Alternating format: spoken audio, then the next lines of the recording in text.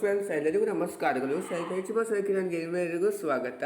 Friends, ನಮಗೆ ಒಂದು ಇವರದಲ್ಲಿ ನವರಾತ್ರಿಯ 6ನೇ ದಿನ ಕಾತ್ಯಾಯಿನಿ ಅಮ್ಮನವರ ಬಗ್ಗೆ ಮಾಹಿತಿಯನ್ನು ಕೊಡ್ತಾ ಇದ್ದೇನೆ. ಅಂದರೆ ಪ್ರಸಾದ, ಹೂ, ಬಣ್ಣ ಆಗಿರ್ಬೋದು, ಹಾಗೆ ಮಂತ್ರ, ರಂಗೋಲಿ, ಪೂಜಾ ಸಮಯದ ಬಗ್ಗೆ ಸಹ ತಿಳಿಸ್ಕೊಡ್ತಾ ಇದ್ದೇನೆ. ಬನ್ನಿ ನೋಡೋಣಂತೆ.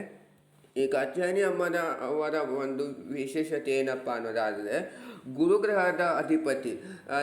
ನಿಮ್ಮ ಒಂದು ಜಾತಕದಲ್ಲಿ ಗುರುವಿನ ದೋಷವಿದ್ದರೆ ನೀವು ಈ ಕಾತ್ಯಾಯಿನಿ ಅಮ್ಮನವರ ಪೂಜನೆ ಮಾಡಬೇಕಾಗಿರುತ್ತದೆ. ಈ ನವರಾತ್ರಿ 6ನೇ ದಿವಸ 8ನೇ ತಾರೀಕು ಬರ್ತಾರೆ, ಮಂಗಳವಾರ, ನಾಳೆನೇ ಇರುವಂಥದ್ದು. ನಮ್ಮ ಒಂದು ಕುಂಡಲಿಯಲ್ಲಿ ಗುರುವಿನ ಒಂದು ಈ ಮಾರ್ಗದರ್ಶನ ಒಂದು ಚೆನ್ನಾಗೇ ಇದ್ದರೆ ನಾವು ಜೀವನದಲ್ಲಿ ಒಂದು ಅಪಾರ ಯಶಸ್ಸು ಸಹ ಸಾಧಿಸ್ತಾ ಹೋಗ್ತೀವಿ. ಆದ್ದರಿಂದ ಗುರುವಿನ ಒಂದು ಇದು ಗ್ರಹದ ನಮಗೆ ದೋಷ ಬರಬಾರ್ದಂದರೆ ಈ ಕಾತ್ಯಾಯಿನಿ ಅಮ್ಮನವರ ಪೂಜೆಯನ್ನು ನೀವು ಮಾಡಬೇಕು. ಈ ಕಾತ್ಯಾಯಿನಿ ಅಮ್ಮನವರಿಗೆ 4 ಕೈಗಳು ಇರ್ತದೆ. ಅಭಯ ಮುದ್ರ ವರಮುದ್ರದಲ್ಲಿದ್ದರೆ ಮತ್ತು ಮತ್ತೆರಡು ಕೈಗಳು ಖಡ್ಗ ಹಾಗೆ ಕಮಲವನ್ನು ಹಿಡಿದುಕೊಂಡಿರ್ತಾರೆ. ಇವರ ವಾಹನ ಸಿಂಹವಾಹನವಾಗಿದೆ. ಈ ಅಮ್ಮನವರನ್ನು ಪೂಜೆ ಮಾಡೋದ್ರಿಂದ ನಮಗೆ ಸಂಪತ್ತು, ಸಮೃದ್ಧಿ, ಮದುವೆಯಲ್ಲಿ ನಮಗೆ ಒಂದು ಸಮಸ್ಯೆವಿದ್ದರೆ, ಹಾಗೆ ಗುರುಗ್ರಹದ ಒಂದು ದೋಷವಿದ್ದರೆ ಅದು ಸಹ ನಮಗೆ ನಿವಾರಣೆಯಾಗ್ತದೆ. ನಾವು ಈ ಅಮ್ಮನವರ ಪೂಜೆ ಮಾಡೋದರಿಂದ ನಮಗೆ 4 ಚತುರ್ವಿಧ ಫಲಗಳ ಪ್ರಾಪ್ತಿ ಸಹ ಆಗ್ತಾರೆ ಅಂತ ನಂಬಿಕೆ. ಸೊ ಆದ್ದರಿಂದ ನಾಳೆ ಪೂಜೆ ಮಾಡೋದನ್ನು ಮರೆಯಬೇಡಿ. ಪೂಜಾ ಸಮಯ ನೀವು ಬ್ರಾಹ್ಮಿ ಮುಹೂರ್ತದಲ್ಲಿ ಬೆಳಿಗ್ಗೆ 4:40 ಬೆಳಿಗ್ಗೆ 5:25 ನಮಗೆ ಬ್ರಾಹ್ಮಿ ಮುಹೂರ್ತವಿರ್ತದೆ. ಆ ಸಮಯದಲ್ಲಿ ನೀವು ಬನ್ನಿ ಮರದ ಒಂದು ಪೂಜೆ ಸಹ ಮಾಡ್ಕೋಬಹುದು. ಹಾಗೆ ಈ ಕಾತ್ಯಾಯಿನಿ ಅಮ್ಮನವರ ಪೂಜೆ ಸಹ ನೀವು ಮಾಡ್ಕೋಬಹುದು. ನಂತರದಲ್ಲಿ ನಮಗೆ ಬರುವಂಥದ್ದು ಅಮೃತ ಕಾಲ ಬೆಳಿಗ್ಗೆ 10:42 12:10 ಇರ್ತದೆ. ಆ ಸಮಯದಲ್ಲಿ ಸಹ ನೀವು ಪೂಜೆ ಮಾಡ್ಕೋಬಹುದು. ಇಲ್ಲವಾದಲ್ಲಿ ಅಭಿಜಿತ್ ಮುಹೂರ್ತ ಬೆಳಿಗ್ಗೆ 11:47 ಮಧ್ಯಾಹ್ನ 12:34 ನಮಗೆ ಅಭಿಜಿತ್ ಸಮಯವಿರ್ತದೆ. ಆ ಸಮಯದಲ್ಲಿ ಸಹ ನೀವು ಪೂಜೆ ಮಾಡ್ಕೋಬಹುದು. ನಂತರದಲ್ಲಿ ನಮಗೆ ಗೋಧೂಳಿ ಸಮಯ, ಸಂಜೆ ಸಮಯದಲ್ಲಿ ನಾವು ಲಲಿತಾ ಸಹಸ್ರನಾಮ ಹಾಗೆ ವಿಶೇಷವಾದ ದೀಪಾರಾಧನೆಗಳನ್ನು ಸಹ ನಾವು ಮಾಡಬೇಕಲ್ವಾ.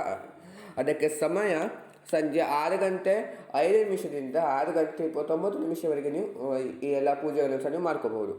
ಪ್ರಸಾದ ತುಂಬ ಒಂದು ಸರಳವಾಗಿರುವಂಥದ್ದು ಜೇನುತುಪ್ಪ. ಈ ಅಮ್ಮನವರಿಗೆ ಪ್ರಸಾದ ನೀವು ಜೇನುತುಪ್ಪದಿಂದ ನೀವು ಪಂಚಾಮೃತ ಮಾಡ್ಕೋಬಹುದು, ಅಥವಾ ನೀವು ಎಲ್ಲ ಹಣ್ಣುಗಳನ್ನು ಹಾಕಿ ನೀವು ಸಲಾಡ್ ಮಾಡಬಹುದು. ಸಲಾಡ್ಗೆ ನೀವು ಜೇನುತುಪ್ಪವನ್ನು ಹಾಕಬೇಕು. ಆದ್ದರಿಂದ ನೀವು ಸಲಾಡನ್ನು ಸಹ ನೀವು ಪ್ರಸಾದ ರೂಪವಾಗಿ ಇಡಬಹುದು.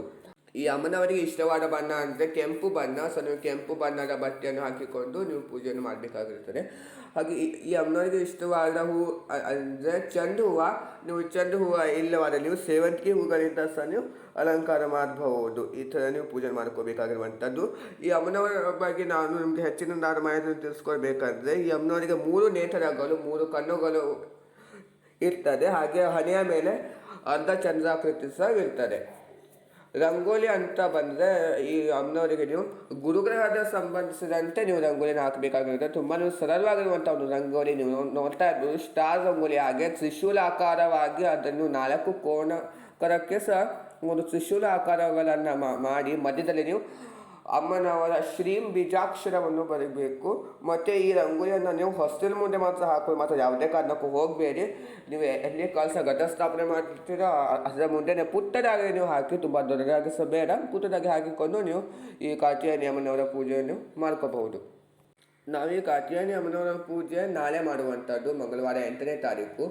ಆದರೆ ಷಷ್ಠಿಯನ್ನು ನಾವು 9ನೇ ತಾರೀಕು ಒಂದು ಆಚರಣೆ ಮಾಡಬೇಕು. ಸುಬ್ರಹ್ಮಣ್ಯ ಸ್ವಾಮಿ ಪೂಜೆ ನಮಗೆ ಷಷ್ಠಿ ತಿಥಿ ಪ್ರಾರಂಭವಾಗುವಂಥದ್ದು 8ನೇ ತಾರೀಕು ಬೆಳಿಗ್ಗೆ 11:19 ಪ್ರಾರಂಭವಾದರೆ ಮುಕ್ತಾಯವಾಗುವುದು 9ನೇ ತಾರೀಕು ಬುಧವಾರ ಬೆಳಿಗ್ಗೆ 12:15. ಸೊ ಆದ್ದರಿಂದ ನಾವು ಸೂರ್ಯೋದಯದ ತಿಥಿ ಒಂದು ಗಣನೆ ತೆಗೆದುಕೊಂಡು ಸುಬ್ರಹ್ಮಣ್ಯ ಸ್ವಾಮಿಯ ಪೂಜೆ ಮಾತ್ರ ನಾವು ಬುಧವಾರ ಮಾಡಬೇಕು. ಆದರೆ ಈ ಕಾತ್ಯಾಯಿನಿ ಅಮ್ಮನವರ ಪೂಜೆ ನಾವು ಮಂಗಳವಾರನೇ ಆಚರಣೆ ಮಾಡಬೇಕು.